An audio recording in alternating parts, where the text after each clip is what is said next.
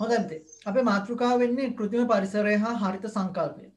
එතකොට ඔයාලට මතක ඇති අපි මේ පාඩමේදී අපි කලින් පාඩමේදී කතා කරා ජෛව විවිධත්වයේ පාඩමේදී මිනිසා විසින් නිර්මාණය කරන ලද පරිසර පද්ධතීන් වර්ග තුනක් තියෙනවා කියලා. ඒ වර්ග තුන අපි අඳුරගත්තා කෘෂිකාර්මික, කාර්මික සහ ජනාවාස පරිසර විදියට. කෘෂිකාර්මික, කාර්මික සහ ජනාවාස පරිසර විදියට මිනිසා විසින් නිර්මාණය කරන ලද පරිසර ආකාර තුනක්. එතකොට මේ ජනාවාස වල සුවිශේෂී තත්ත්වයක් තමයි නාගරික පරිසර කියලා කියන්නේ. හැබැයි මතක තියාගන්න මිනිසා විසින් නිර්මාණය කරන ලද පරිසර පද්ධතීන් කියලා කියන දැන් මෙතන අපි කතා කරන පරිසර පද්ධතීන් තුනක් ගැනනේ. අන්න එතෙන්දී අපි නාගරික පරිසරය කියන වචනේ තමයි මෙතෙන්දී අපි ගන්න. කලින් පාඩමේදී අපි ජනාවාස කිව්වට මෙතෙන්දී අපි නාගරික පරිසර කියලා එක වෙන් කරගන්නවා. ඒකට හේතුව තමයි අපි කතා කරන්නේ කෘත්‍රිම පරිසරය ගැන. කෘත්‍රිම පරිසරයනේ. එහෙනම් පුතේ ගොඩක් දුරට ග්‍රාමීය පරිසරය කියන එක කෘත්‍රිමීකරණය වෙලා නැහැ. කියන්නේ එහෙම නැත්නම් ගොඩාක් වෙනස් වෙලා අඩුයි. අද වෙනකොට නම් ඒකත් වෙනස් වෙලා තමයි. නමුත් නාගරික පරිසරය ඊට සාපේක්ෂව ඉතාම වෙනස්කම් වලට ලක් වෙලා තියෙනවා. දැන් අපි ග්‍රාමීය පරිසරයේ වෙනස්කම් අඩුයි කියනකොට අපි හිතන්නේ ආරයිට් අපි ගම් වල ඒ වුණාට අපේ ගම් වල වෙනස්කම් තියෙනවා. නෑ පුතේ අපි ග්‍රාමීය නෙමෙයි මේ වෙනකොට. අපි හැමෝම අර්ධ නාගරික කියන මට්ටමට ඇවිල්ලා තියෙනවා. ඒතර ග්‍රාමීය පරිසරවලට ගොඩක් වෙලාවට මධ්‍යම කඳුකරයේ ආශ්‍රිතව තියෙන බොහොම සීමිත ගම්මාන ප්‍රමාණයක් මේ වෙනකොට ඉතිරි වෙලා තියෙනවා. හරි. ඔය දැන් කට්ටිය ගොඩක් ට්‍රැවල් කරන්න එහෙම යන ගම්මාන අපි දන්නවනේ. ඒ වගේ ගම්මාන කීපයක් පමණක් තමයි මේ වෙනකොට ග්‍රාමීය පරිසර ඉතිරි වෙලා තියෙන්නේ. එහෙනම් ග්‍රාමීය පරිසරයක් කියන එකේදී තියෙන්න බැරි දේවල් ටිකක් තියෙනවා. විදුලි බල පහසුකම්, නිර්මිත මහා මාර්ග පද්ධති. ඒ දේවල් ග්‍රාමීය පරිසරයක තියෙන්න විදියක් නැහැ. එහෙනම් මතක තියාගන්න අපි නාගරික අර්ධ නාගරික කියන පරිසරයක තමයි අපි ඉන්නේ. අපි මෙතෙන්දි මූලිකව කතා කරනවා කෘෂිකාර්මික පරිසර, කාර්මික පරිසර සහ නාගරික පරිසර සම්බන්ධයෙන් මිනිසා විසින් නිර්මාණය කරන ලද කෘත්‍රිම පරිසර විදියට. හරි. එහෙනම් මේ කෘත්‍රිම පරිසර පද්ධති ආකාර නිසා අද වෙනකොට පාරිසරික අර්බුද රාශියක් ඇති වෙලා තියෙනවා. හරි. පාරිසරික අර්බුද රාශියක් කියලා කිව්ව ගමන් ඔයාලා දැන් මෙතන මේ රූප දිහා බලනකොටම ඔය මැද රූපේ කාර්මික පරිසරයේ පේනකොටම ඔයාලට තේරෙනවා මොනවද මේ අර්බුද කියලා. හරි. එතකොට වෙන එකක් තියා මේ මිනිසාගේ නිර්මිත පරිසරයේ තියෙන අර්බුද වල ප්‍රබලතාවය කතරම්ද කියනවනම් අද වෙනකොට මිනිසාට පවා මිනිසා නිර්මාණය කරගන්නා ලද පරිසරවල ජීවත් වීමේ ගැටලුවක් තියෙනවා. හරි. කෘෂිකාර්මික පරිසර ගැන කතා කරාම අද වෙනකොට තියෙන ලොකුම ප්‍රශ්නේ පොහොර ප්‍රශ්නේ. ශ්‍රී ලාංකික අපිට දැන් තියෙන කතා කරන ප්‍රශ්නයක්. හේතුව මොකක්ද? සාමාන්‍ය 800 වසරකට ආසන්න කාලයක් තිස්සේ රසායනික පොහොර වලට අපි හුරු වීම. ඒ හුරු වීම මත රසායනික පොහොර නැතිව කෘෂිකාර්මික පරිසර පද්ධති නඩත්තු කළ නොහැකි බවට අපි ගාව තියෙනවා සංජානනය කරගත්ත මතයක්. ඒ කියන්නේ අපේ තුළට කාවද්දපු මතයක් තියෙනවා. අපි මේ මතේ එල්බගෙන ඉන්න තාක්කල් අපිට එහෙම කරන්න බෑ. හැබැයි මේ මතය හරිද වැරදිද කියන එක අපි සාකච්ඡා කරන්න ඕන කාරණයක් වෙනවා. ඊළඟට කාර්මික පරිසරයක් ගාව අපිට හිතනවා කර්මාන්තශාලා නැතුව බෑ. කර්මාන්තශාලා වුණාම අපේ හිතේ මැවෙන්නෙම ওই රූපේ තියෙන වගේ දුම් දාන එහෙම එකක්. හැබැයි කර්මාන්තශාලා එහෙම වෙන්න ඕනෙත් නෑ.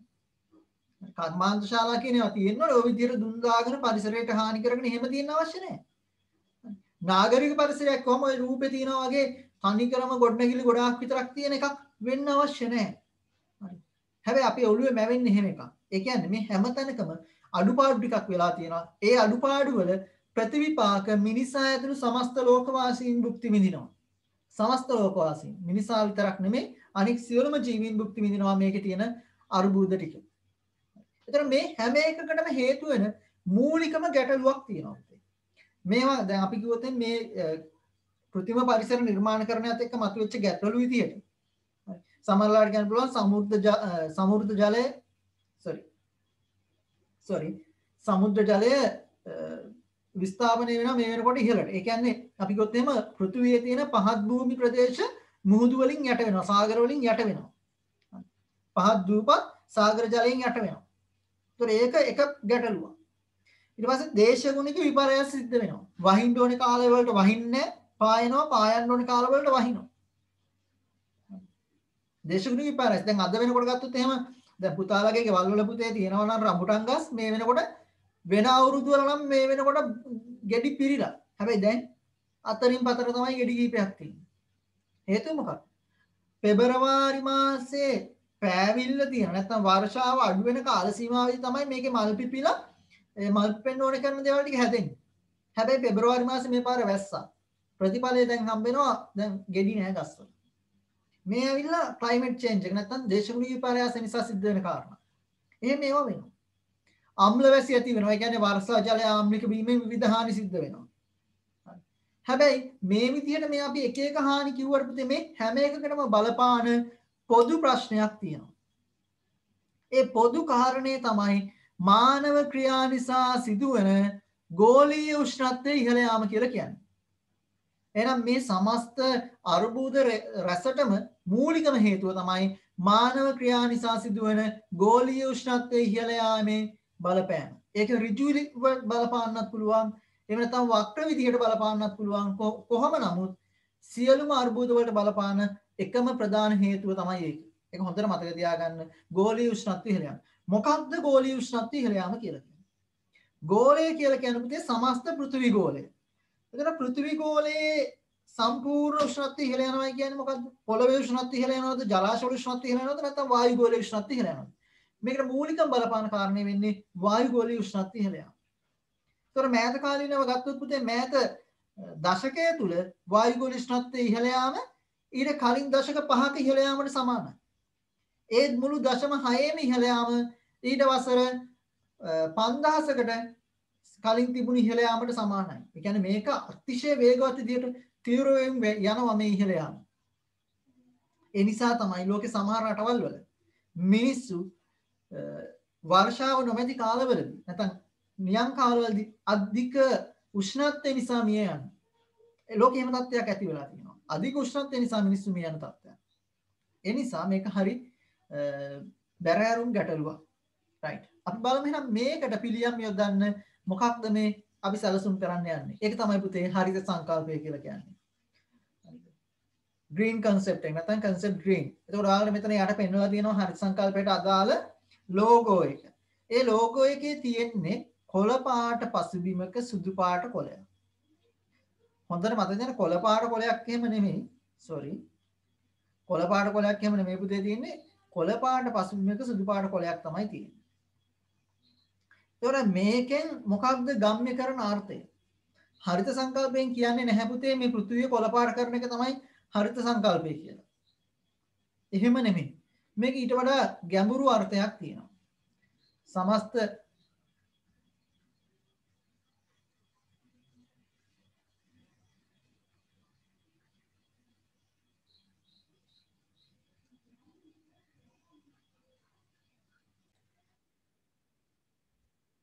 right. එතකොට පුතේ මෙන්න මේ කියන හරිත සංකල්පය ඇතුලේ කතා කරන්නේ ලෝකය පොළපාට කරන කාරණයක් නෙමෙයි. මේකේ තියෙන්නේ ඊට වඩා වෙනස් ගැඹුරු අර්ථයක්. අපි මේක අර්ථ දක්වනවා පෘථිවියේ ස්වභාවික පරිසරයට හානි නොවන හෝ අවම ලෙස හානි වන ආකාරයට කියලා. හරි. හානි නොවන හෝ අවම ලෙස හානි සිදුවන ආකාරයට භාණ්ඩ හා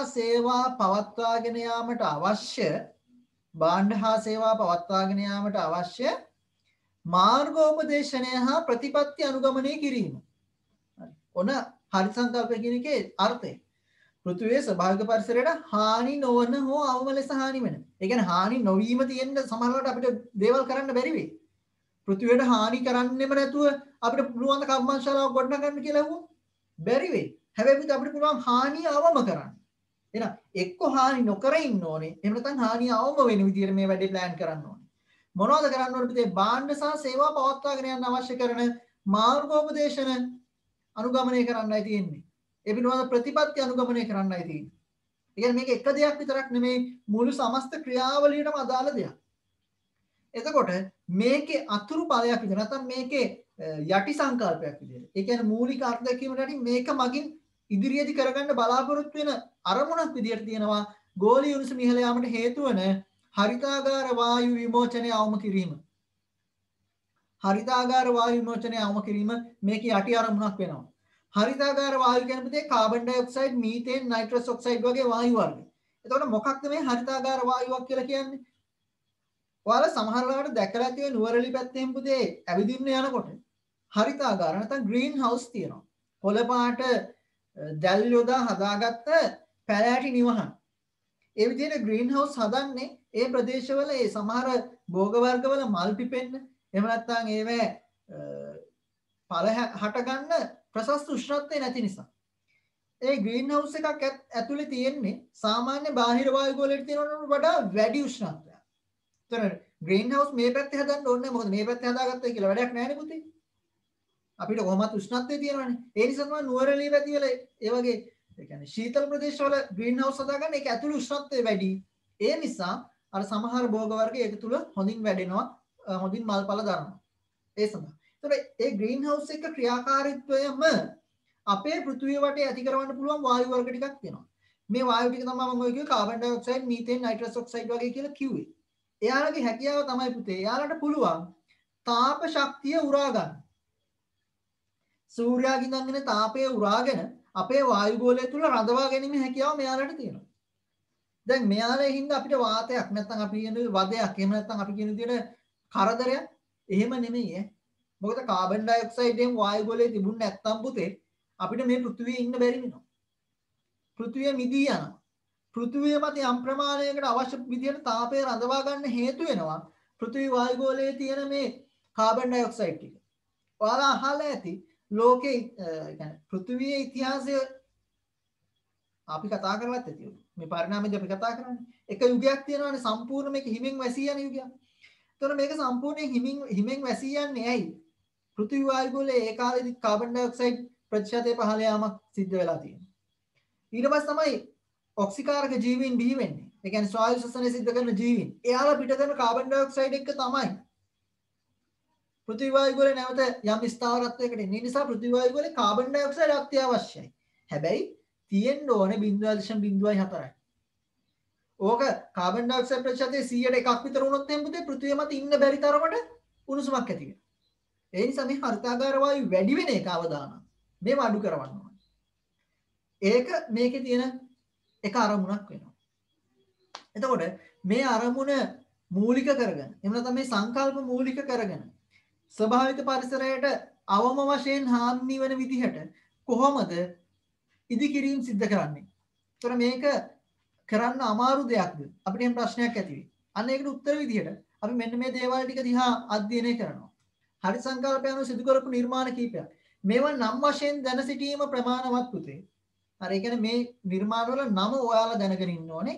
ඒකේ තියෙන අනිත් වටපිටාවේ තියෙන කරුණු ටිකට වඩා ඔයාලට නම තමයි මූලික වශයෙන් විභාගය සඳහා වැදගත් වෙන්නේ. නමුත් දැනගැනීම සඳහා පුතේ ඔය අනිත් කරුණු අතිශය වැදගත් වෙනවා. ඒතර මේ ඔයාලට පළවෙනිට දකින්න තියෙන්නේ ජර්මන් පාර්ලිමේන්තු ගොඩනැගිල්ල. ඒතර මේකේ තියෙන විශේෂත්වය මොකක්ද? බැලුවල්මට නම් කිසිම විශේෂත්වයක් නැහැ. නේ? බැලුවාම රූපෙ දිහා බැලුවම අපිට මෙලෝ දෙයක් එහෙම විශේෂත්වයක් කියලා හිතා ගන්න බෑනේ. මේ රූපෙ දිහා බලන්න. හැබැයි පුතේ මතක තියාගන්න.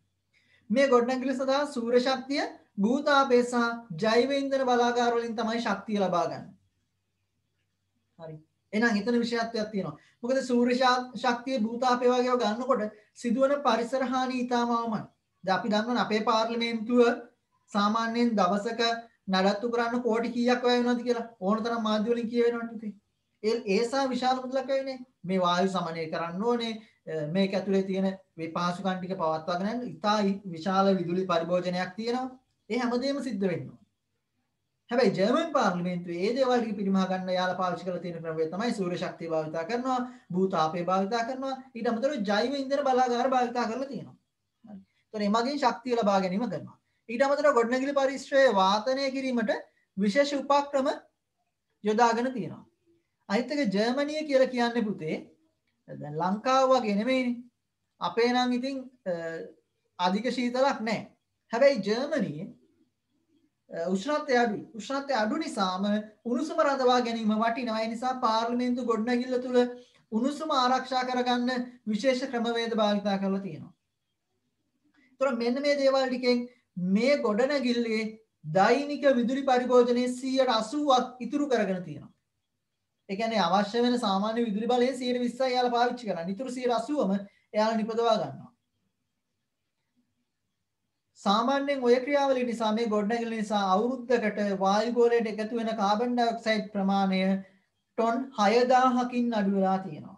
ටොන් 6000. ටොන් එකක් කියන්නේ කිලෝ 1000ක්. ඒ හින්දා කිලෝ 1000 ඒවා 6000කින් අඩු කරගන්න පුළුවන් වෙලා තියෙනවා. මේ ගොඩනැගිල්ල නිර්මාණයේදී හරිත සංකල්පය භාවිතා කරපු නිසා. එතකොට මේක හරිත ගොඩනැගිල්ල. කොළ පාට නෑ. ඒකයි මම මේ හරිත කියන්නේ කොළම නෙමෙයි. දැන් හරිත ගොඩනැගිල්ල කිව්වම එහෙනම් කොළ පාට පේන්නේ බෑ.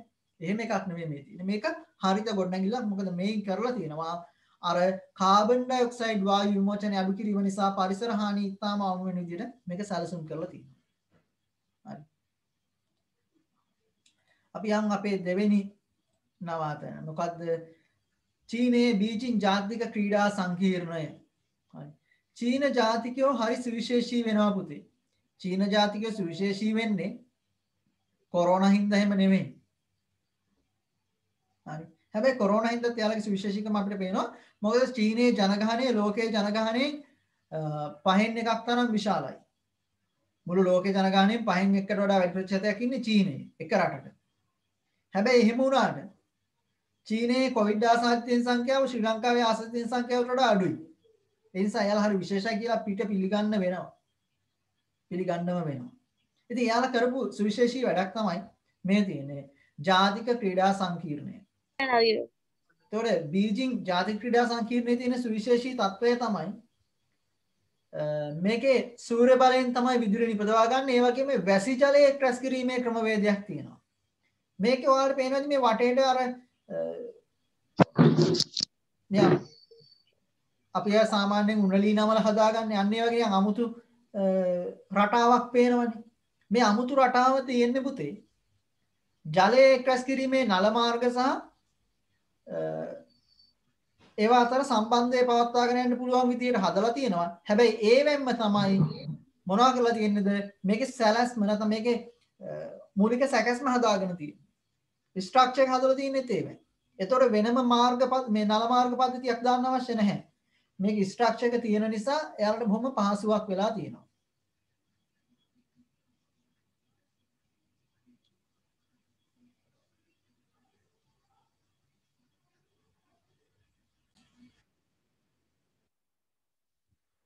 ඒ වගේම තමයි අපි දන්නවා දැන් ක්‍රීඩාගාරයක් කිව්වහම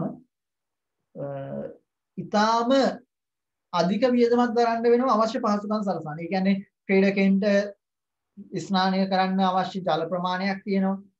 ඒතකොට ක්‍රීඩා සංකීර්ණයක් කියන පුතේ ඒක ක්‍රීඩා කීපයක් එකපාර ක්‍රියාත්මක වෙනවා.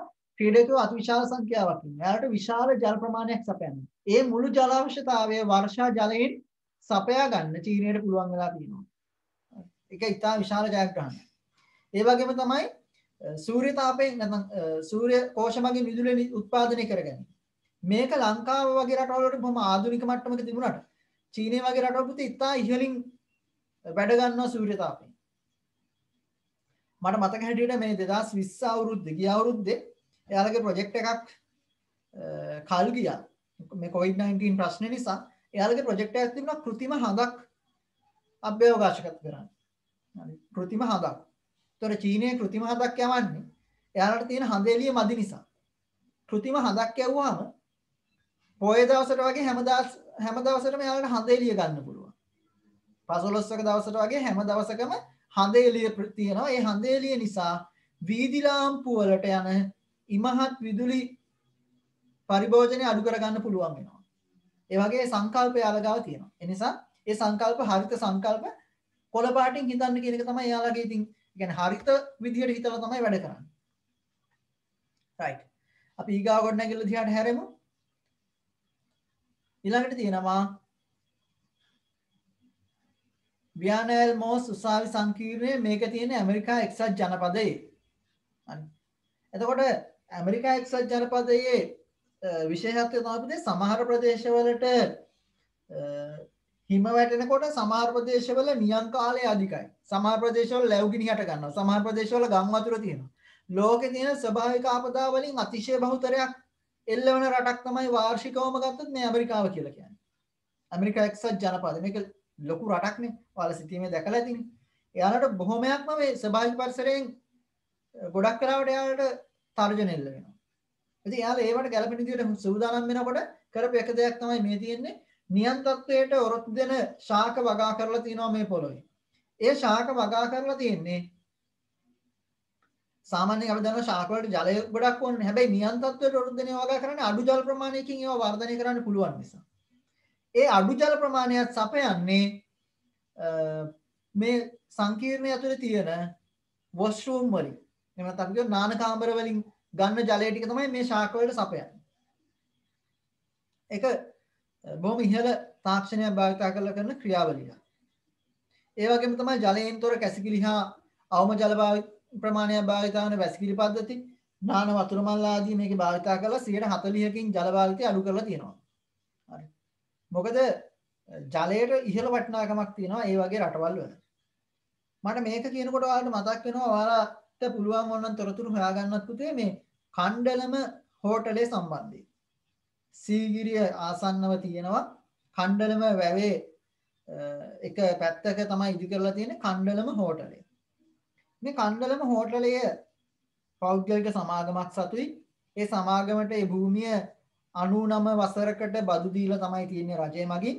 එතන හැබැයි කොන්දේසියක් තියෙනවා. ඒ කියන්නේ කණ්ඩලම හෝටලය ආරම්භ කරන මුල් අවධියේදී පුතේ ප්‍රදේශයේ ජනතාව ලොකු විරෝධයක් දැක්වුවා. හෝටලයේ අපද්‍රව්‍ය වැවට එකතු වීම නිසා පරිසරය ඒ කියන්නේ රක්ෂිත ප්‍රදේශයක් තුල තියෙන්නේ හානි සිද්ධ වෙන්න පුළුවන්. ලොකු හානියක් වෙන්න පුළුවන් කියලා. හැබැයි කණ්ඩලම හෝටලයේ සැලසුම් කටයුතු කරේ මේ ඔයාලට මේ අමතර දැනුමට වටිනවා පුතේ. ඒකයි කියන්නේ ජෙෆ්රි බාවා මැතිතුමා විසින්. ජෙෆ්රි බාවා කියලා කියන්නේ ලංකාවේ පාර්ලිමේන්තුව සැලසුම් කරපු නිර්මාණ ශිල්පියා. එතකොට කණ්ඩලම හෝටලයේ මූලික සැලසුම හදනකොටම ගත්ත එක තීරණයක් තියෙනවා. හෝටලයේ පිට වෙන අපජලය බිඳුවක්වත් වැවට මුසු වෙන්න බැහැ කියන එක. අදටත් මාස්පතා කණ්ඩලම වැවේ ජල සාම්පල් පරීක්ෂා කරනවා හෝටලේ අපද්‍රව්‍ය එකතු වෙනවද කියලා හොයන්න. එකතු වෙන්නේ නැහැ. ඒතකොට ඒකට ගියාම තේරෙනවා එතන පැහැදිලි ක්‍රියාදෙන ක්‍රියාවලිය කොහොමද වෙන්නේ කියලා. කණ්ඩලම හෝටලේ තියෙන පුතේ තනිකරම ජලය පිරිපහදු කිරීමේ පද්ධතියකින් සමන්විත වෙලා තියෙනවා. ඒ කියන්නේ හෝටලේ වැසිකිලි කැසිකිලි සහ රෙදිපිලි සෝදන ජලය ටික සියල්ල අපජලය සියල්ලම ගෙනල්ලා වැසිකිලි වල මල ද්‍රව්‍යත් එක තැනකට ගෙනල්ලා එතෙන්දී ඒවා වියෝජනය කරවලා ඒකෙන් ජලය ටික වෙන් කර ගන්නවා. ජලය වෙන් කර ගන්නවා. ඒ ජලය ෆිල්ටරින් කරලා ඒ කියන්නේ පිරිසිදු කරලා ඒ ජලය යොදා ගන්නවා අර හිටවල තියෙන මල් නැහැ හිතේ මල් නෙමෙයි විසිතුරු පැලෑටි තියෙනවා ඒවට යොදා ගන්නවා සහ පවිත්‍රතා කටයුතු වලට ඒවා යොදා ගන්නවා. එහෙම යොදා ගන්න අර මිනිස්සුන්ට දැන් අපේ ඔළුවේ තියෙනවනේ මතයක් මේ වැසිකිළියෙන් ගත්ත ජලය කොච්චර පිරිසිදු කරත් මේක පානීය ජල විදිහට පරිභෝජන කරන්න සුදුසු නෑ කියන මතයක් ඔළුවේ තියෙන නිසා තමයි ඒක එහෙම පරිභෝජනය කරන්න නොදෙන්නේ. නමුත් පානීය ජලය විදිහට පාවිච්චි කරන්න පවා ඒ ජලයේ සුදුසු බව පරීක්ෂණාත්මකව යාලා ඔප්පු කරලා තියෙනවා. අර ඒක ඉතුරු වෙන රොඩු එක නැත්නම් අපි ඒක ඉතුරු වෙන පල්ප් එක අරගෙන ඒකේ තියෙනවා එයාලගේ ආවට පරිසරයේ එයාලා ඒ කියන්නේ කණ්ඩලමෙන් ඉන්නේ ඕන තරම් අලි ඉන්නවා. ඒ අලින්ගේ වසුරු හරිද? ඒ වගේම යාන සතුවත් අලි ඉන්නවා. එයාලගේ වසුරු ඒත් එක්කම අර වැසිකිලි පද්ධතියේ තියෙන මල ද්‍රව්‍ය ඒ සියල්ලම අරගෙන ඒකේ බල්ක් එක අරගෙන ඒකෙන් කඩදාසි නිර්මාණය කරනවා. කඩදාසි නිර්මාණය කරලා යාලා පොත් හදලා ඒක සංචාරකින්ට අලෙවි කරනවා. ඒ කියන්නේ මේ වගේ මේ අපි කතා කරත් පුතේ හරිත සංකල්පය කියන එක තියෙනවා. හැබැයි තියෙන්නේ ගොඩක් අර ධනවත් සහ නැත්නම් මූල්‍යමය අතින් ගොඩක් ස්ථාවර තැන් වල තමයි ඒවා තියෙන්නේ. ඒකට හේතුව තමයි මේ හරිත සංකල්පයට අවශ්‍ය මූලික වියදම් මේ විදිහට ගොඩනැගිලි ඉදිරි කරන්න අවශ්‍ය මූලික වියදම ටිකක් වැඩි. මේ පහසුකම් ටික සපයන මූලික වියදම ටිකක් වැඩි. හැබැයි ඒ මූලික වියදම දැරුවට පස්සේ නඩත්තු කරන්න යන වියදම ඉතාම අඩුයි. ඒ නිසා මේක ලාභදායී. හරි. අපි ඊගා ගොඩනැගිල්ලට යමු. මේ තියෙන්නේ ඕස්ට්‍රේලියාවේ K2 නිවාස සංකීර්ණය. දැන් මේ හැම එකක් ගැනම පුතේ වැඩිදුර තොරතුරු තියෙනවා. ඔයාලගේ පොතේ තියෙනවා. ඒ නිසා ලොකුවට විස්තර කරේ නැතුවත් කමක් නැහැ. ඕස්ට්‍රේලියාවේ K2 නිවාස ව්‍යාපෘතිය තියෙනවා. ඒ වගේම තමයි ඇමරිකා එක්සත් ජනපදයේ බට්ලාප් කොමස් නිවාස සංකීර්ණය තියෙනවා. ඒතර මේ නිවාස සංකීර්ණ දෙකේම සුවිශේෂී තත්ත්වයන් තමයි මෙයාලා සූර්ය ජල තාපක සහ සූර්ය පැනල භාවිතා කරලා තියෙනවා. දැන් මේකට වඩා හොඳට ඔයාලා මේ ඕස්ට්‍රේලියාව කියපේනේ මේ හැම නිවසකම ඉදිරියේ තියෙන වැරන්ඩා කොටසේ නැත්නම් අපි කියන බැල්කනි කොටසේ වහලේ විදියට තියෙන්නේ සූර්ය පැනලයක්. මේ හැම එකකම ඔයාලට වෙන්නේ සූර්ය පැනලයක් තමයි තියෙන්නේ. ඒතකොට එමගින් අවශ්‍ය බල ශක්තිය 55ක් විදුලියේ 55ක් නිපදවා ගන්නවා. ඉතාම ඉහළ ක්‍රමවේදයක් මෙතන පාවිච්චි කරලා තියෙනවා. ඒ වගේ තමයි මේ තියෙන අපද්‍රව්‍ය ටික භාවිතා කරලා එමගින් බයෝගෑස් නිපදවනවා. එම නිසා පෙට්‍රෝලියම් වායු හෙවත් LP වායු භාවිතය 46%කින් විතර අඩු කරගන්න පුළුවන් වෙලා තියෙනවා. ගෙවල් වලට ඕනේ ගෑස් ටික හම්බ වෙනවා, ගෙවල් වලට ඕනේ විදුලි බලය හම්බ වෙනවා, ගෙවල් වලට ඕනේ ජලය පිරිමසා ගන්න පුළුවන් විදිහට හදලා තියෙනවා. ඒ නිසා මේක හරි වැදගත් වෙනවා. එතකොට මෙන්න මේ විදිහේ ඉදිකිරීම තමයි අපිට කතා කරන්න දකින්න හම්බෙන්නේ හරිත සංකල්පය අනුව කරපු නිර්මාණ කියලා. ලංකාවේ මෙහෙම ඒවා නැත්තේ නැහැ. ලංකාවෙත් මෙහෙම ඒවා තියෙනවා. හරි ඒකත් මතකේ තියාගන්න. හොඳයි. අපි ඊට පස්සේ බලමු හරිත කෘෂිකාර්මික ක්‍රියාවලිය සම්බන්ධයෙන්.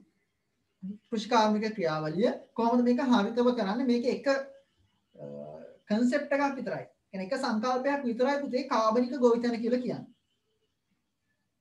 කාබනික ගොවිතැන කියලා අපි හඳුන්වන්නේ කෘෂිකාර්මික පරිසර පද්ධතියක යහපැවැත්ම, පාංශු ජෛව ක්‍රියාකාරීත්වය, ජෛව විවිධත්වය සහ ජීව විද්‍යාත්මක චක්‍ර වැඩි දියුණු කරන නිෂ්පාදන ක්‍රියාවලියක් සිද්ධ වෙනවා නම් ඒක තමයි කාබනික ගොවිතැන කියලා හඳුන්වන්නේ. ආයෙ පොඩ්ඩක් මේ වචන ටික විස්තර කරලා දෙන්න. පරිසරයේ යහපැවැත්ම. ඒ කියන්නේ පරිසරය අහිතකර නොවන විදියට දිගු කාලීනව පවතින්න පුළුවන් වෙනවද කියන කාරණය. දෙවෙනි කාරණය තමයි පාංශු ජෛව ක්‍රියාකාරීත්වය. ඒ කියන්නේ පුතේ පසේ ඉන්න සුද්ධ ජීවීන් හෝ මහා ජීවීන් මගින් අපි දන්න පස සාරවත් වෙනවා නැත්නම් පස පෝෂණය කරවන්න දායක වෙන අය ඉන්නවනේ. අන්න එයාලගේ ක්‍රියාකාරීත්වය හොඳින් සිද්ධ වෙන්නත් ඕනේ. හරි. ඊළඟට තමයි ජෛව විවිධත්වය. ජීවීන් අතර විවිධත්වය රැකෙන්නත් ඕනේ. ඒ වගේම තමයි ජීව විද්‍යාත්මක චක්‍ර. හරි. අපි දෙනවා ඛනිජ චක්‍රයක් තියෙනවා. ඒ කියන්නේ නයිට්‍රජන් චක්‍රය තියෙනවා, කාබන් චක්‍රය තියෙනවා, ජල චක්‍රය තියෙනවා. මේ වගේ චක්‍ර වැඩි දියුණු වෙන්නත් ඕනේ. ඒවා අඩාල වෙන්නත් බෑ. මෙන්න මේ සියල්ලම කරමින් අපි නිෂ්පාදන උපයා ගන්න හදනවා නම් ඒක කාබනික ගොවිතැනක් විදිහට අර්ථ දක්වන්න පුළුවන්. ඒකට කාබනික ගොවිතැනක් කියන්නේ කාබනික පොහොර භාවිතා කරන එක විතරක්ම නෙමෙයි. හරි. තව ගොඩාක් උපක්‍රම මේකට භාවිතා කරන්න ඕනේ. කාබනික ගොවිතැනක් වෙන්නම් පුතේ රසායනික පොහොර භාවිතා කරන්න බෑ. කෘත්‍රිම වල්නාශක, කෘමිනාශක වර්ග භාවිතා කරන්න බෑ. ඒ කියන්නේ රසායනික ද්‍රව්‍ය මොනවත්ම භාවිතා කරන්න බෑ. අපි එතෙන්ට යොදන ද්‍රව්‍ය වලින් පසට හිත කර, වගාවට හිත කර කිසිදු ජීවියෙක්ට හානි වෙන්න බෑ. ඒ විදිහට මේ වගාව කරන්න ඕනේ. ඒ වගේම තමයි අස්වැන්නත් අනිවාර්යෙන් පුතේ අස්වැන්න මත යම් යම් පරිබෝධකයෝ සිටිය යුතුයි. ඒ කියන්නේ අපි හිතනවා මේ කාබනික ගොවිතැන කියලා බෝංචි වගාවක් කරා නම් බෝංචි වල පණුව නැතුව ඉන්න බෑ. බෝංචි වල පණුවෙක් දෙන්නෙක් හරි ඉන්න ඕනේ. ඒක සාක්ෂියක් වෙනවා ඒක කාබනිකයි කියලා කියන්නේ. යන්තම්වත් මේ ඉල්මැස්සෙක් විදලවත් නැති අස්වැන්න ගොඩාක් තියෙනවා නම් කවුරු හරි කෙනෙක් ඇවිල්ලා මේමයි අපි කාබනික විදියට කරා මෙන්න කාබනික අස්වැන්නක් කියලා කියනවනම් පොඩ්ඩක් ඉතින් දෙපාරක් හිතන්න ඕනේ ඒක කාබනිකද කියලා. මොකද කාබනික නම් පුතේ එතන අර පරිබෝධක 100%ක් නැති වෙන්න බෑ. ඉන්න ඕනේ අනිවාර්යයෙන්ම ඇඳිලා ඉන්න ඕනේ. හරි. එහෙම එකක් මේකේ තියෙනවා. ඒක එක ක්‍රමවේද මේ කාබනික නිෂ්පාදන ක්‍රියාවලිය කරන්න පාවිච්චි කරන එක ක්‍රමයක් විතරයි කාබනික පොහොර කියලා කියන්නේ. හරි. ඒතකොට කාබනික පොහොර භාවිතා කරන්න ඕනේ ඇයි කියන එකට හේතු කීපයක් තියෙනවා. පළවෙනි එක තමයි මේ අකාබනික පොහොර. අකාබනික පොහොර යෙදුවහම වගාවට හිතකර බොහෝ සුද්ධ ජීවීන් ඒ වගේම ගැඩවිලු වගේ විශාල සත්තු විනාශ වෙනවා. ඒ වගේම තමයි පරිසරයේ ස්වභාවික පැවැත්මට මේක බාධාවක් වෙනවා. දැන් ඕකට හොඳ සංකල්පයක් තමයි ලෑන්ඩ් මාස්ටර් තේරුම් ගිහින් කියනවා නැත්නම් අට්‍රැක්ටරේ භාවිතය.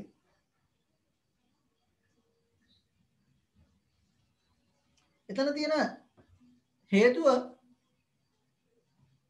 ඔය අට්‍රැක්ටරේ කියන එක හොයාගත්තේ මගේ මතකයේ හැටියට පුතේ රේ විජේවර්ධන. හරි. හොඳ දක්ෂ නවනිපෑම් කරුවෙක් ලංකාවේ හිටියේ. ඒක හොයාගත්තේ ඩී.එස්. සේනානායක අග්‍රාමාත්‍යතුමා ඉන්න කාලෙදී. රේ විජේවර්ධන අට්‍රැක්ටරේ හොයාගෙන ඒකේ පළවෙනි වතාවට ප්‍රදර්ශනය කරනකොට ඉතින් ආරාධනා කරලා තිනවා ඩී.එස්. සේනානායක මැතිතුමාට. එන්න කියලා මේක ක්‍රියාත්මක කළ කුඹුරක් සීසාල පෙන්නුවා. සීසාල පෙන්නුවේ දැන් මේක ප්‍රවර්ධනය කරන්න රජය මගින් මේක ප්‍රවර්ධනය කරගන්න. එතකොට සේනානායක මැතිතුමා ඔක දිහා බලන ඉඳලා අවසානයේදී ඇහුවලු දැන් ඕකෙන් අර දැන් ගවයාගෙන් එන දේවල් දෙකක් තියෙනවානේ මුත්‍රා සහ ගොම. දැන් ඕකේ කොහෙන්ද ඒ දෙක එන්නේ කියලා ඇහුවලු. අට්‍රැක්ටරේ දිහා බලන් ඉඳලා ඕකෙන් කොහෙන්ද ඒ දෙක එන්නේ කියලා තමයි අහලා තියෙන්නේ. දැන් මිනිස්සු ගොඩාක් ඔක විවේචනය කරනවා පුතේ. ඒ අහපු ප්‍රශ්නෙත් එක්ක රේ විජේවර්ධනට මේ වැඩේ එපා වෙලා මේකේ පේටන්ට් බලපත්‍රය ජපානයට අලෙවි කරා කියලා. හැබැයි අහපු ප්‍රශ්නේ වැදගත්කම මොකක්ද කියන එක දැන් අද හිතන්න ඕනේ. කුඹුරක් ගවයෙක් මගින් හානකොට මෙන්න මෙහෙමයි මේ සිද්ධ වෙන්නේ. ගවයාගේ පාද කොච්චරක් ගැඹුරට එරෙනවද පුතේ? අඩි ගණන් එරෙන්නේ නැහැ. අඟල් 4ක් විතර තමයි පාද මේ කුඹුරේ එරා යන්නේ. ඒ කියන්නේ කුඹුරේ මතු පිටපස්ස විතරයි පෙරලෙන්නේ. යටපස පෙරලෙන්නේ නැහැ කුඹුරේ. ඒ කියන්නේ අඟල් 4ක් විතර යටින් තියෙන පස පෙරලිලා උඩට එනවා. ඒක තමයි සිද්ධ වෙන්නේ. ඊළඟ හරක කුඹුර පුරා ඇවිදිනකොට එයා මුත්‍රා කරනවා. එයා ගොම පහ කරනවා. ඒ ඔක්කොම කුඹුරට එකතු වෙනවා. හරිද? ගව මුත්‍රාවල යූරියා අධික ප්‍රතිශතයක් තියෙනවා. කොම්පෝස්ට් නිෂ්පාදනයේ ප්‍රධාන අමුද්‍රව්‍යයක් නේ ගවයින්ගේ මුත්‍රා සහ ගොම කියලා කියන්නේ. මේක බොහොම හොඳ පොහොරක් අපි දන්නවා. ඒ සියල්ල පොළොවට එකතු වෙනවා කුඹුරට. ඒතර ගවයා ගිහලා මේක මේ සීසෑම කරද්දී අර තියෙන ඉපැනැල්ල කෙලින්ම යටට යනවා අඟල් 4ක් යටට යන්නේ. අඩි ගණන් යටට යන්නේ නැහැ. අඟල් 4ක් යටට යන්නේ. ඒතර අඟල් 4ක ප්‍රමාණයක් කියන්නේ හොඳින් වාතනය වෙනවා පොළොව. ඒතකොට ඒ පොළොවේ පස තුලට ගිය ඉපැනැල්ල හොඳින් ජීර්ණය වෙලා ඒකේ තියෙන පෝෂක ද්‍රව්‍ය පසට උරා ගන්න පුළුවන් වෙනවා. පසේ පෝෂණය රැඳෙනවා මේ කාරණේ නිසා. හැබැයි අට්‍රැක්ටරයක් පාවිච්චි කරලා සීසෑම කරනකොට ඒක සාමාන්‍යයෙන් අඩියක් යටින් තමයි පෙරලිලා එන්නේ.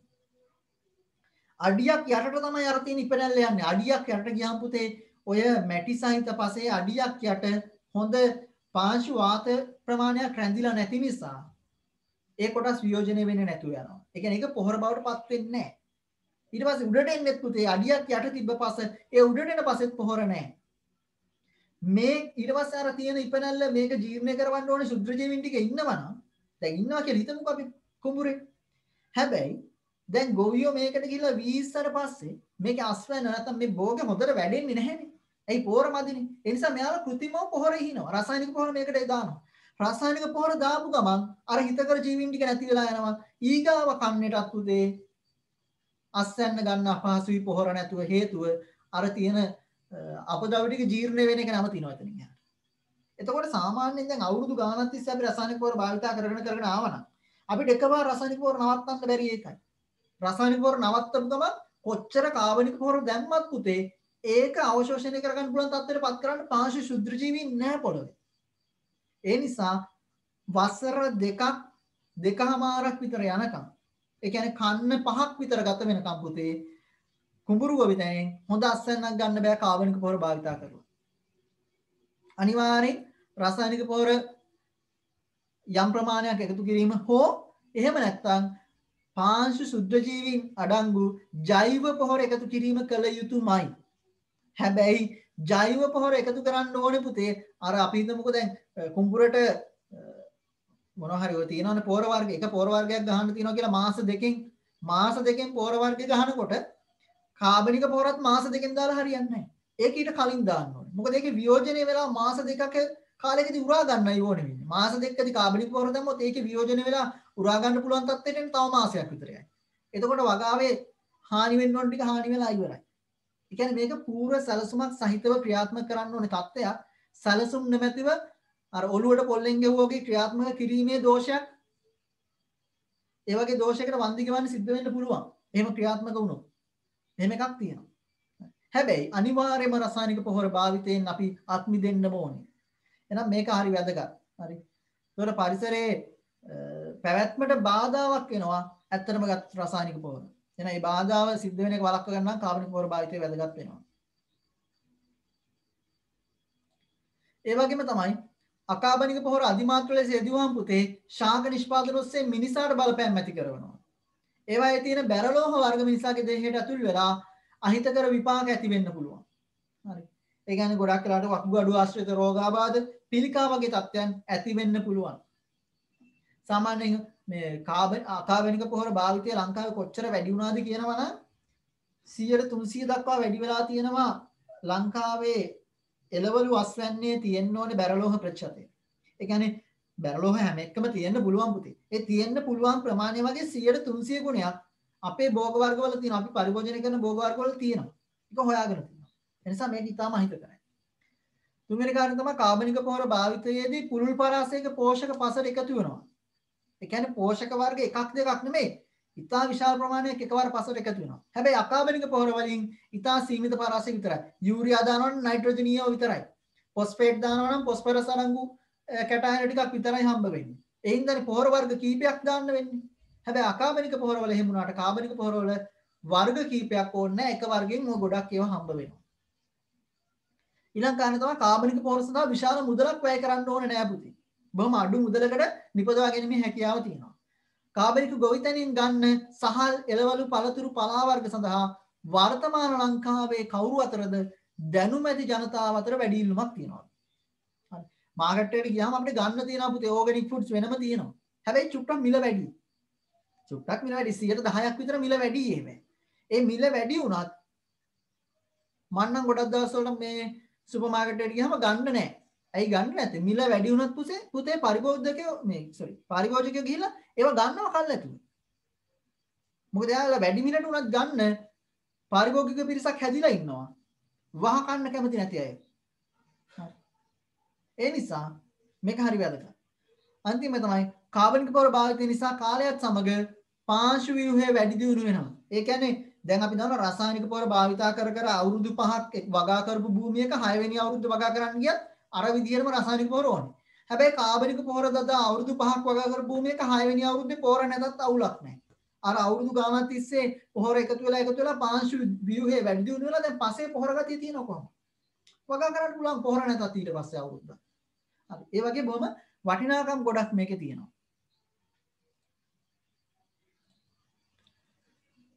මං කියවනේ හරිත කෘෂි කර්මාන්තයේ එකක් විතරයි කාබනික පොහොර භාවිතය කියලා. මේ තියෙන තවත් ඒ සඳහා ගන්න ඕන ක්‍රියාමාර්ගය තමයි පලිබෝධ පාලනය සඳහා සාම්ප්‍රදායික කෘෂි උපක්‍රම භාවිත කරන්න ඕන. ඒ කියන්නේ පලිබෝධනාශක වෙනුවට. හරි. මොනවද මේ විදිහට භාවිත කරන්න පුළුවන් සාම්ප්‍රදායික උපක්‍රම තියෙන්නේ? පලිබෝධකයන්ගේ බිත්තර හෝ කීට ආදී විනාශ කර දමන වෙනත් ජීවී කාණ්ඩ බෝ කර හරින්න පුළුවන්. හරි. එතකොට මොකද කරන්නේ දැන් උදාහරණයක් විදිහට ගත්තොත් එහෙම කුඹුරේ ඉන්න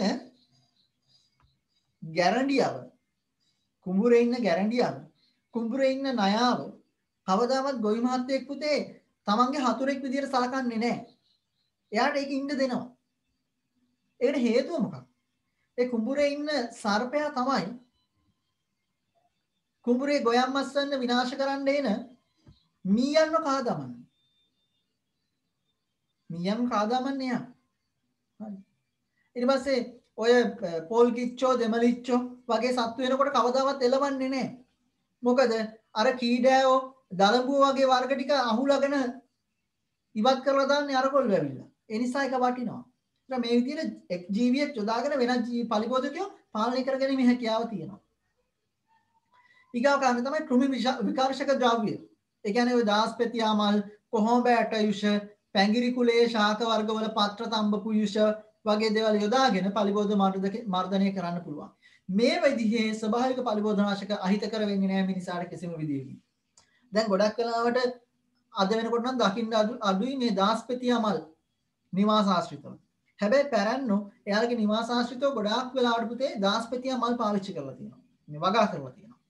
මේ දාස්පෙතියා වගා කරන්න හේතුවක් වුණා කටුමැටි බිත්ති ඒ වගේම පිදුරු හෙවිලි කළ වහල වගේ තියෙනවා යාළුවා. මේවැ ගොඩක් වෙලාවට සර්පයෝ රැඳෙන්න පුළුවන්. නමුත් නිවස වටේට දාස්පෙතියා වගා කරලා තියෙනකොට ඒ දාස්පෙතියා වල තියෙන ගන්ධය නිසා සර්පයෝ එන්නේ නැහැ. හරි. ඒ වගේම තව තිබුණා නිවාස සීමාවේ වගා කරන අය තවත් ශාක වර්ග මට දැන් නම් මතක් වෙන්නේ නැහැ මේ වෙලාවේ. අඳුන් තියෙනවා එක එක විවිධ ශාක වර්ග තියෙනවා. හරි. ඒවා ඊටාම සැර ගන්ධයක් තියෙනවා එස්න සර්පය පළවා හරින්න. ඒ වගේ වගාවක් තියෙනවා නම් එළවලු වල තියෙනවා ඒ එළවලු කොටුව වටේට දාස්පතියා හිටවනවා. එතකොට අර එන කෘමිසත්තු අඩු වෙනවා. මොකද එයාලා දාස්පතිය සුන්දර කැමති නැහැ. කොහොඹයට තලලා පල් කරලා ඒ ජලයේ හිනව කෘමිනාශකයක් විදියට කෘමීන් මර්ධනය කරන්න. හරි. ඒ වගේ උපක්‍රම භාවිත කරනවා. ඊළඟ එක තමයි ජලය මගින් පලිබෝධක ව්‍යාප්තිය පාලනය කරනවා. ජලය මගින් කොහොමද කරන්නේ? ජලය පුරවා තැබීම හෝ වියලිව තැබීම කරන්න පුළුවන්. හරි. එක කාලෙකදී ජලය පුරවලා තියෙනවා. ජලය පුරවලා තියෙනකොට අර ඉන්න දලඹුව හරි එහෙම නැත්නම් පසේ ඉන්න පොඩි පොඩි සත්තු ජලයට යටවීම නිසා ශ්වසනය කරන්න බැරුව එයාලා විනාශ වෙලා යනවා. කාලෙකදී වියලිව තියෙනවා. එතකොට ජලය නොමැතිකමින් අනිත් කොටසක් ඉවත් වෙලා යනවා. එමගින් පලිබෝධ ව්‍යාප්තිය පාලනය කරගන්න පුළුවන්. ඊළඟ එක ආලෝක උගුලක් භාවිතය. ආලෝක උගුලක් කියන්නේ රාත්‍රී කාලේදී වගා බිමේ පහනක් දැල්වලා තියෙනවා. පහන් පැලක් හදලා පහනක් කීපයක් තැන් තැන් වල දැල්වනවා. එතකොට ගොඩක් ඔය කෘමිසත්තු පුතේ ආලෝකයට ආකර්ෂණය වෙන අර පහන වෙතට ඇදිලා ගිහිල්ලා එයාලා පිලිස්සලා මිය යනවා.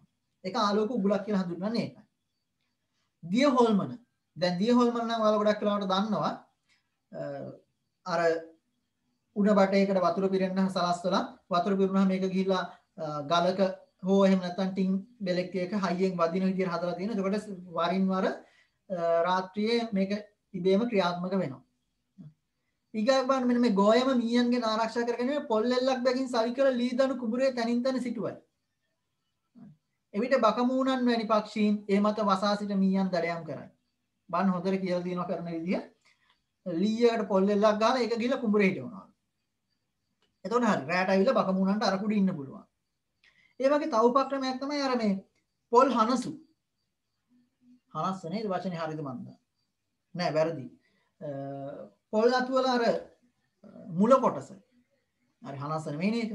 ඒ පොල් අත්තේ මුල කොටස කපලා ගෙනහිල්ලා පොල් අතු කැබලි කුඹුරේ හිටවනවා. ඒතර පොල් අතු කැබල්ල එහෙම හිටෙව්වට පස්සේ මම මේ මීට අවුරුදු 2-3කට කලින් මේ ඔයාලගේ විෂය නිර්දේශය සම්බන්ධයෙන් පුහුණු වීම කරලා ඉවර වෙච්ච මුල්ම අවධියේදී හිතවත් ගොවි මාතෘ කීප දෙනෙක් ගියා ඔය වැඩේ කරන්නේ ඇයි ඔයාලා කියලා. ඒතර එයාලගේ තියෙන උත්තරේ වැරදි. එයාලා කියන්නේ ඒක කරන්නේ මීයෝ එන එක නවත්තන්න. මීයෝ වගේ සත්තු වෙන එක නවත්තන්න කරන්නේ. මම හිතුවේ කොහොමද ඒක වෙන්නේ? ඒක උත්තරේ පැහැදිලි කිරීම තමයි මේ අර පොල් පිත්ත අන වචනේ නේ. පොල් පිත්ත කුඹුරේ හිටෙව්වහම මීයන්ට පේනවලු නියන් සර්පෙක් වගේ. නයා පෙනේ කරගෙන ඉන්නවා වගේ පේනවා. ඒ හින්දා මීයෝ එන්නේ නැහැ කියලා. මම ඉතින් එයාලගෙන් අහන්න ගියේ නෑ දැන් ওই කුඹුරට එන මීයෝ බල්ලෝ සයිස් එකක් දෙන්නේ කියලා. මොකද පුතේ අර ගොයමට උඩින් මේ පොල් පිත්ත නයා වගේ පේන්න නම් මීයා කොච්චර ලොකු වෙන්න ඕනද බලන්න. මීයාට අර ගොයමට උඩින් බලන්න පුළුවන් වෙන්න බෑ. එහෙම නැත්නම් මීයාට ගොයන් හදිගේ නැගලා තමයි බලන්න වෙන්නේ. එහෙනම් ඒක වැරදි. ඒ සංකල්පය වැරදි. හැබැයි ක්‍රියාකාරකම හරියි. පොල් පිත්ත හිටවනවා. පොල් පිත්ත හිටවන්න පුතේ මොකෙක් හරි වගේ පේන්න ඕන හින්දා නෙමෙයි. ඔන්න ඔය වැඩේට. ඔය පොල් පිත්තක් හිටෙවට පස්සේ පොල් පිත්තුට ඇවිල්ලා පක්ෂීන්ට වහන්න පුළුවන්. රාත්‍රී කාලේ බකමූණු වගේ කට්ටිය එනවා. හරිද? එයාලා ඇවිල්ලා මොකද කරන්නේ? අර මීයෝ අරුමුන් ටික අල්ලගෙන යනවා. දවල් කාලේට දෙමලිච්චෝ පොල් කිච්චෝ ඒ වගේ අය එනවා. එයාලා ඇවිල්ලා අර ඉන්න දලඹුව කීඩය වගේ අය අල්ලගෙන යනවා. එහෙනම් මේක දිවා රෑ දෙකේම ප්‍රයෝජනවත් වෙනවා. හරි. ඒ වගේම තමයි ආයෙ තියෙනවා මේ කලින් කාලට වගා කරන භෝග ප්‍රභේද මාරු කිරීමෙන් පලිබෝධකින් වගා බිමේ ස්ථාපනය වීම වළක්වා ගන්නත් පුළුවන් වෙලා තියෙනවා. ඒ කියන්නේ එකම භෝගේ නම් දිගු කාලිනව වගා කරන්න පුතේ මේ අවුරුද්දෙත් ඒවා ඊගාව අවුරුද්දෙත් ඒවා ඊගාව අවුරුද්දෙත් ඒවා දිගටම එකම භෝගේ වගා කරනකොට ඒ වගාව මත යැපෙන පලිබෝධකයෝ ඒ භූමියේ දිගු කාලිනව රැඳිලා ඉන්නවා. අපි එක අවුරුද්දක බඩිරුඟු වගා කරනවා.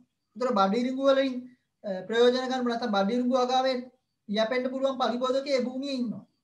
ඊගාව අවුරුද්දේ පලිබෝධ මේ බඩිරුඟු වගා කරොත් වගා කරනකොටම අරගොල්ලෝ රෙඩි වෙලා ඉන්නේ කාලා දාන්න. හැබැයි ඊගාව අවුරුද්දේ අපි ඒ වෙනුවට වගා කරනවා වට්ටක්ක. දැන් මුන් බලනවා මොකද්ද? යකෝ වට්ටක්ක කන්න බෑනේ අපි බඩිරුඟු කෑවට කියලා උන්ට කියනවා වෙන කොහෙට හරි. ඔන්න ඊට පස්සේ අවුරුද්දේ ඕනනම් ආයෙ බඩිරුඟු වගා කරගත්ත ඒකට පලිබෝධකේ අඩුයි එතන.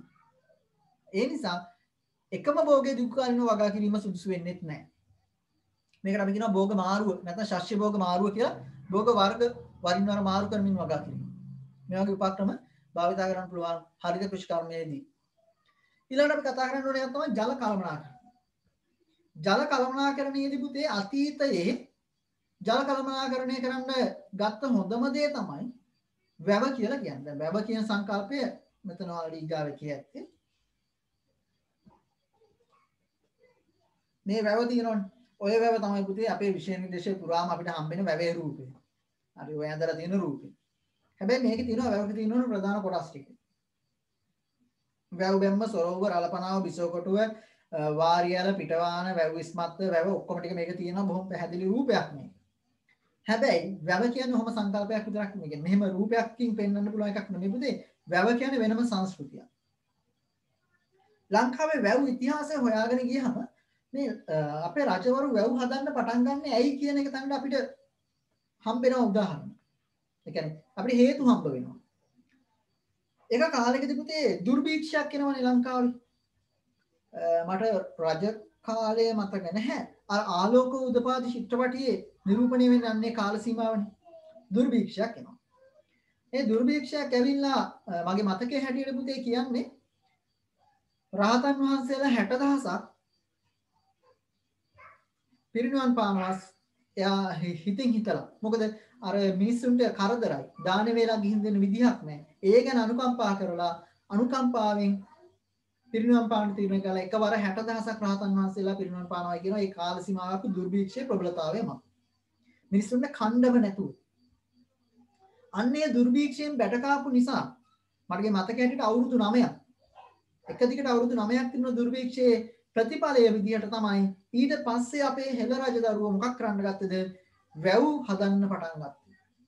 එයාලා දිගින් දිගට වැව් හැදුවේ එකයි නැවත කිසි කලක ලංකාවට දුර්භික්ෂයක් නොපැමිණිය යුතුයි කියන තැන ඉඳන්. ඒකනේ කියන්නේ උගත් පාඩම් කියලා. පාඩම් ඉගෙන ගන්නවා කියන්නේ ඒක. එයාලා ඒකෙන් පාඩමක් ඉගෙන ගන්නවා. ඉගෙනගෙන ඒකෙන් ඉදිරියට එහෙම ප්‍රශ්න ඇති වෙන්නේ නැති වෙන්න තීන්දුව ගන්නවා. එහෙම වැඩ කරන්න පුළුවන්.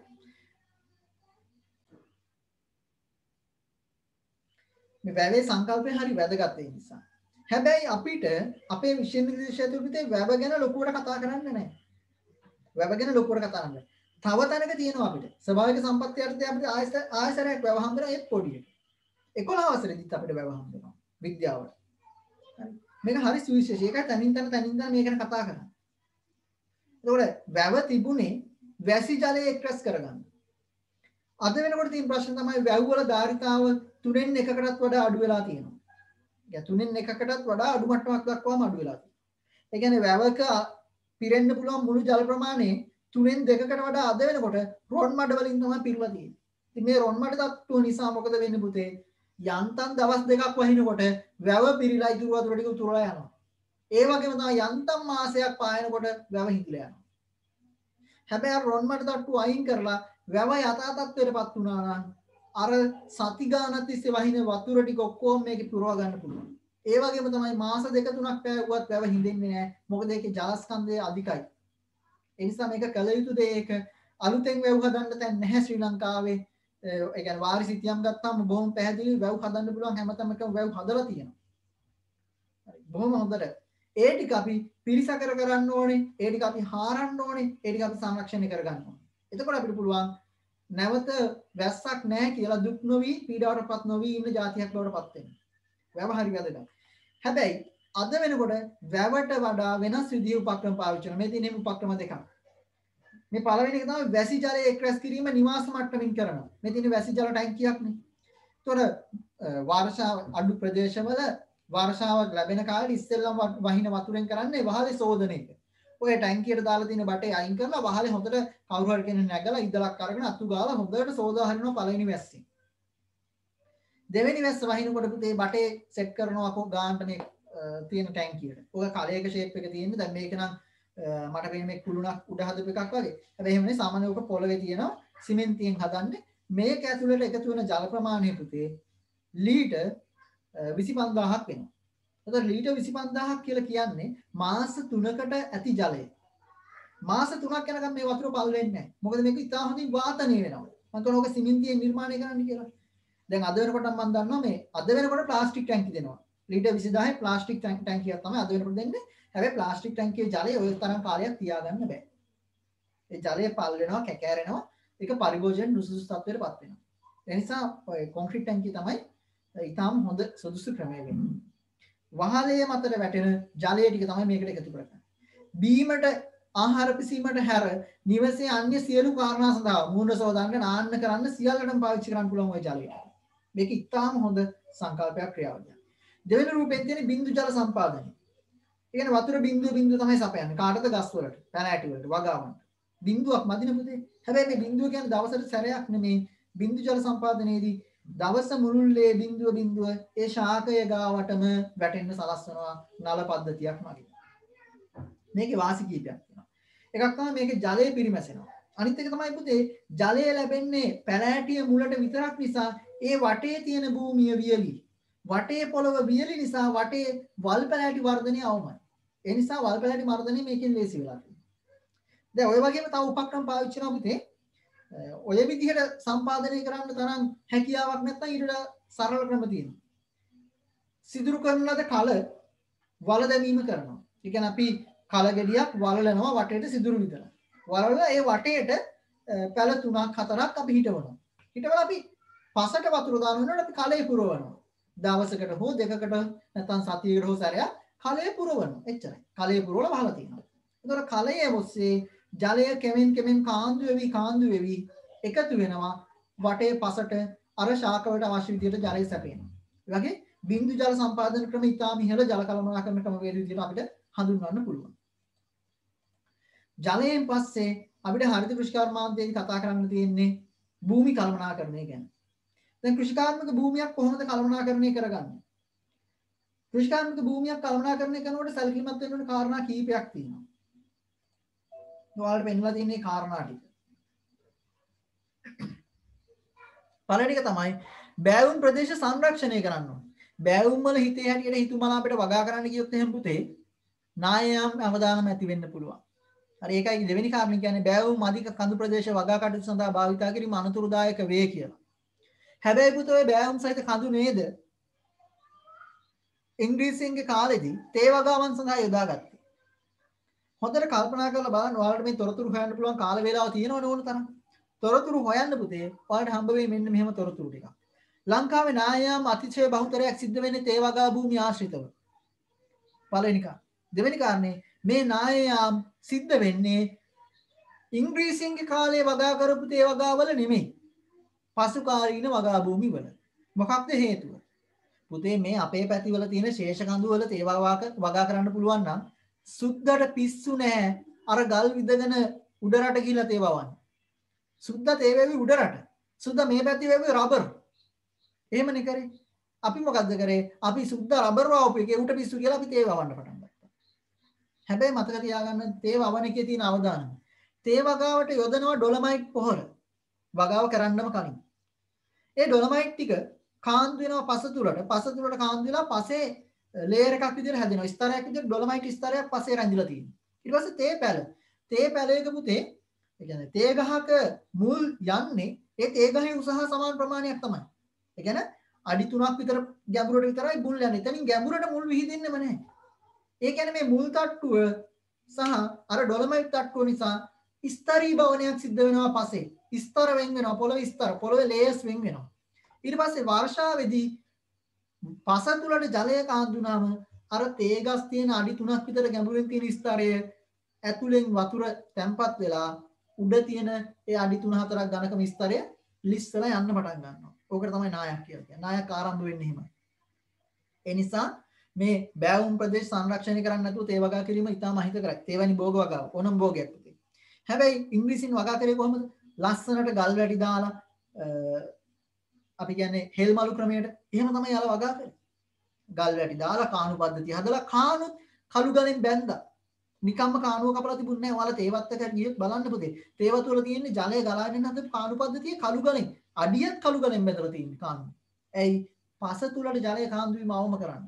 පස තුලට ජලය කාන්දුනොත් තමයි නාය යන්නේ. ඒක යාලා දැනන් හිටියා. අපි ඒවා ටික පැත්තකට දාලා ඒ තේවත් තිබුණ කළු ගල් ටික ගෙනහලා ඉවරලා අපේ ප්‍රයෝජනට අරගෙන අපි නිකම්ම කාණු පද්ධතියක් දාලා ඉවරලා තේ වගා කරලා නායයන්ට සලස්වා ගත්තා. ඒක තමයි සිද්ධ වුනේ. තුන්වෙනි එකේ තියෙන්නේ නායම් සම්බන්ධයෙන්. හතරවෙනි එක තියෙනවා වගා භූමි තුල අතුරු භෝග වගා කිරීමෙන් උපරිම ප්‍රයෝජන ගන්න පුළුවන්. අතුරු භෝග කියලා කියන්නේ අපි දන්නවා මේ තේත් එක්ක පොල් රබර් ගම්මිරිස් වගේ භෝග වගා කරන්න පුළුවන්. රබර් ඉඩම් වල කොකෝවා වගා කරන්න පුළුවන්. කුඹුර වල නියරේ එළවලු වර්ග වවන්න පුළුවන්. බඩිරුඟ වවන්න පුළුවන්.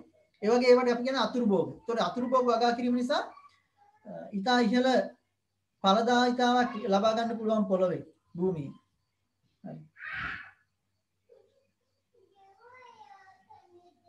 ඒ වගේම අනිත් කාරණේ තමයි ජල පෝෂක ප්‍රදේශ වගා කටයුතු සඳහා යොදා නොගත යුතුයි. ජල පෝෂක ප්‍රදේශවල පුතේ කිසිම ඉදිකිරීමක් කරන්න හොඳ නැහැ. කිසිම වගා කටයුත්තක් කරන්න හොඳ නැහැ. මේ තමයි රටේ හදවත ජල පෝෂක ප්‍රදේශ. ඒ ප්‍රදේශවල වගා කරන්න ගියොත් ඒකෙන් වෙන හානිය පරම්පරා ගණනාවකට වන්දි ගෙවන්න වෙන හානියක් සිද්ධ වෙන්න පුළුවන්. හොඳයි.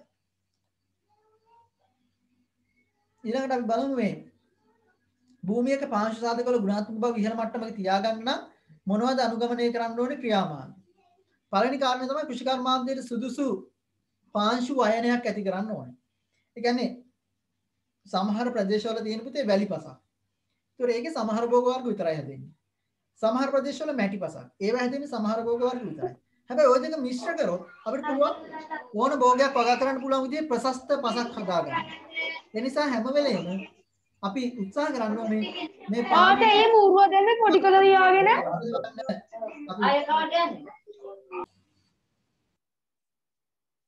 පාංශු විෂය වැඩි දියුණු කරනකොට පුතේ පස්සේ හොඳට ජලය සහ වාතය රැඳෙන්න ඕනේ. ඒක අපි දන්නවා අර පසක් බුරුල් කරන්න ක්‍රමවේද එහෙම තියෙනවා. ඒ නිවැරදි ක්‍රමවේද වලට පස බුරුල් කරලා එහෙම තමයි වගා කරන්න ඕනේ. දැන් ගොඩක් වෙලාවට තියෙනවා අපි අර ගෙවල් වල අම්මලා මල් හැදුවාම හොඳට හැදෙනවා. අම්මලා මල් හිටෙව්වම හොඳට හැදෙනවා. හැබැයි මේ පුතාලා තාත්තලා මල් හිටෙව්වම හැදෙන්නේ අඩුයි. ඒවා සරු නැහැ. මොකක්ද හේතුව?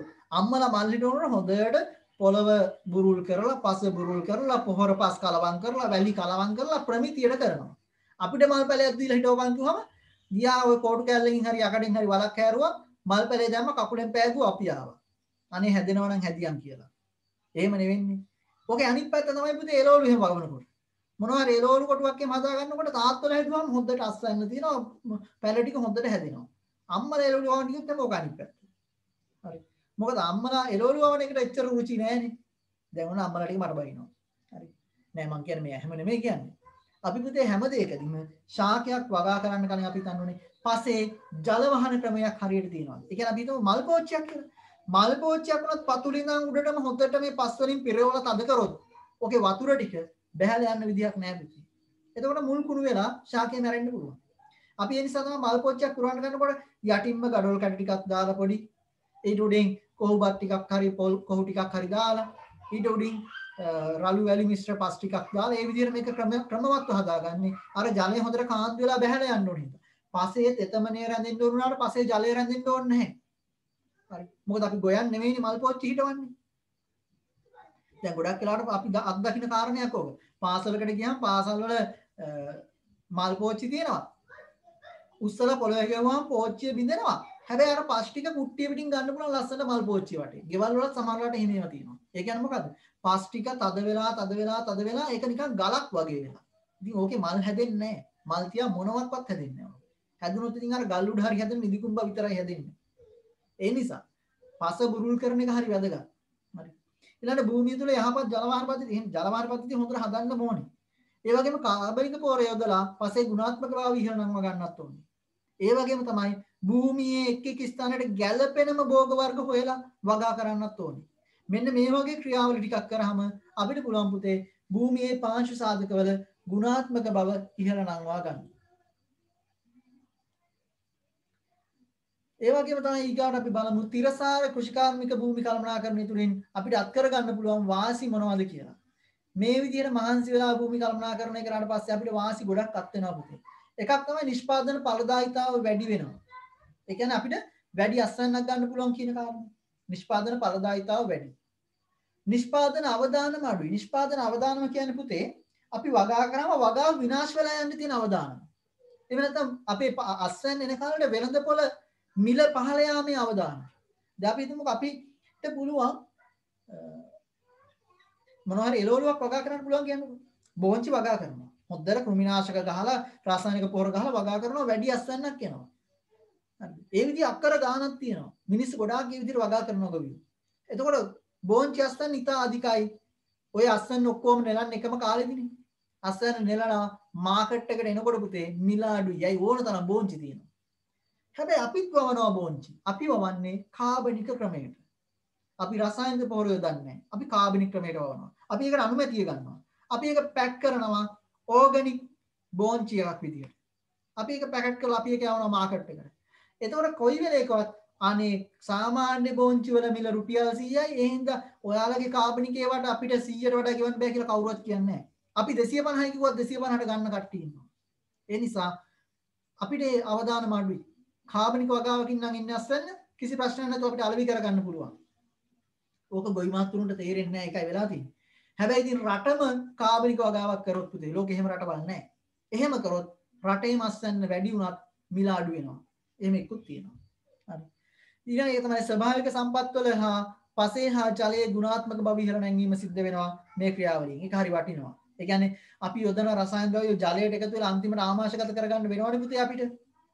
හැබැයි අපි ස්වභාවික කාබනික ගොවිතැනට යොමු වෙනවා නම් එහෙම ප්‍රශ්න ඇති වෙන්නේ නැහැ. ඊළඟට තමයි ආර්ථික වටිනාකම. මම ඒ ගැන පැහැදිලි කරා ආර්ථික වටිනාකම වැඩි දියුණු වෙනවා. ආපදා අවම වෙනවා. ආපදා අවම වෙනවා කියන්නේ පුතේ සාමාන්‍යයෙන් මේ වගාවට වෙන ආපදා නෙමෙයි. ස්වභාවික ආපදා වුණත් මේ මගින් අවම වෙනවා. හරි. නායම් වගේ තත්ත්ව අවම කරගන්න පුළුවන්. ඒ වගේම පරිසරයට සිදුවන හානියත් අවම වෙනවා. එතකොට මේක යටතේ අපි ජෛව තාක්ෂණය යටතේ වැඩි දියුණු කර භෝග වගාව කරන්න පුළුවන්. මම අර කලින් කිව්වා වගේ ශස්‍ය මාරු ක්‍රමය කියන්නේ භෝග වර්ග මාරු කර කර වගා කරන්න පුළුවන්. ඒ වගේ භෝග වර්ග කීපයක් එකම භූමියේ වගා කිරීම එහෙමත් මිශ්‍ර භෝග වගාව වැනි ක්‍රම අනුගමනය කරන්න පුළුවන්. හරි වගා කරන විදිහට. ඉතින් අපි වගා කරගත්තට වැඩක් නැහැ පුතේ. වගාවෙන් පස්සේ අපිට ඕන වෙනවා පසු අස්වනු තාක්ෂණය. අස්වැන්නට කොහොමද අපි සලකන්නේ කියලා. දැන් අද වෙනකොට නම් අස්වනු මේ ඔය මලු වල දාගෙන ගේන එක ටිකක් අඩුයිනේ. පහුගිය කාලෙදී එහෙම එකක් තිබුණා. හැබැයි අර අපි කියන්නේ කූඩ එළවලු කූඩ ක්‍රමය අනිවාර්ය කිරීම නිසා කූඩ නැත්තම් දඩ ගන්න පටන් ගත්ත නිසා මිනිස් කූඩ පාවිච්චි කරන්න පටන් ගත්තා. කූඩ පාවිච්චියෙන් 70%ක් අස්වනු අපතේ යාම අවම වුණා. අස්වනු නෙලා ගැනීමේ ඉඳන් අස්වනු ප්‍රවාහනය කරන එක නැත්නම් මෙහෙම කිව්වොත් එහෙම අස්වනු නෙලා ගන්න එක ඒවා අසුරන එක ඒවා ප්‍රවාහනය කරන එක ඒ වගේම තමයි මේවා විකුණන එක මේ සියල්ලම අයිති පසුවස්වනු තාක්ෂණයට. අස්වනු නෙලන එක හරියට කරන්න ඕනේ. අස්වනු නෙලනකොට ගලෝ විසි කරා නම් තැලෙනවා. නැත්නම් ගෙඩි ටික ඔය කඩ කඩා ගත්තාම අමුයි ඉදිච්චයි බාගෙට ඉදිච්චයි ඔක්කොම ටික එකට ගත්තාම ඒකේ වටිනාකම අඩුයි. හරිද? ඊට පස්සේ අපි පීයක් හරි පාවිච්චි කරලා නම් අස්වනු නෙලන්නේ ඒකෙන් කැපෙනවා නම් අස්වැන්න පළදාව කියන්නේ පළ වලට හානි වෙනවා නම් ඒකේ වටිනාකම අඩු වෙනවා. හානි වෙන්න බෑ. එහෙනම් මේක පරිස්සමෙන් කරන්න ඕනේ. අසුරනකොට තැලෙන්නේ නැතුව හානි වෙන්නේ නැතුව අසුරන්න ඕනේ. ප්‍රවාහනය කරනකොට තැලෙන්නේ නැතුව අපද්‍රව්‍ය එකතු වෙන්නේ නැතුව දූවිලි වදින්නේ නැතුව හොඳට ප්‍රවාහනය කරන්න ඕනේ. ඒ වගේම තමයි අලවියේදී මේක මේ තියෙනවා වගේ පෙන්වලා තියෙනවා වගේ බොහොම ලස්සනට පිළිවෙලට සහ සෞඛ්‍ය ආරක්ෂිත වලවි කරන්න ක්‍රමවේද තියෙන්න ඕනේ. අපේ රටේ කොහොමද වෙන්නේ? ඔය බිම ඉටිරෙක් දැකලා ගත්තා ගෙනහලා ගොඩවල් ගහගත්තා විකුණුවා. ඒ ක්‍රමයේ වැරදි එහෙනම්. එතන පසුවස්වන තාක්ෂණයක් නැහැ. ඒ නිසා පසුවස්වන තාක්ෂණය පිළිබඳව ලංකාවේ කෘෂිකර්මාන්තයේ කිසිදු උනන්දුවක් නැහැ පුතේ. කිසිදු උනන්දුවක් නැහැ. මේක වැඩි දියුණු වෙන්න ඕනේ. මේක වැඩි දියුණු වුණාම තමයි පරිභෝජකයා නැත්නම් මේ මිලදී ගන්න කෙනාට තෘප්තිමත් භාවයක් දැනෙන්නේ. ගෙවන මිලට හොඳ වටිනා දෙයක් මිලදී ගත්තා කියලා. ඒ වගේම තමයි ගුණාත්මක ඵලදාවක් නැත්නම් ගුණාත්මක අවසාන ප්‍රතිඵලයේ විදිහට ආහාරයේ ගුණාත්මක භාවය රැකෙන්න නම් පසුවස්වන තාක්ෂණය අතිශය වැදගත් වෙනවා. හරි. ඒ නිසා උසස් මට්ටමේ ආහාර පරිභෝජන රටාවක් තියෙන ගොඩක් රටවල් වල පසුවස්වන තාක්ෂණය ඉතා ඉහළින් තියෙනවා. සමහර දේවල් තියෙනවා පුතේ ඒ අස්වනු ඒ පළදාව ඒ පළතුරු අතින්වත් අල්ලන්නේ නැහැ. ගහේ හැදෙන පළතුරු ගෙඩිය අතින් අල්ලන්නෙත් කෑමට ගන්න මිනිස්සයා විතරයි. අතරමැදිව කවුරුවත් අතවත් තියන්නේ නැහැ ඒවට. ඒ විදිහට ගහෙන් ඒක අස්වැන්න ගහෙන් කඩාගන්නෙම ඇසුරුමට. හරි.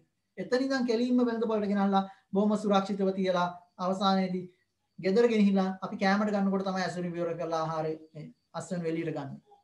හරි. ඒ නිසා මේක බොහොම වටිනා වැඩ පිළිවෙලක් වටිනා ක්‍රියාවලියක් වෙනවා.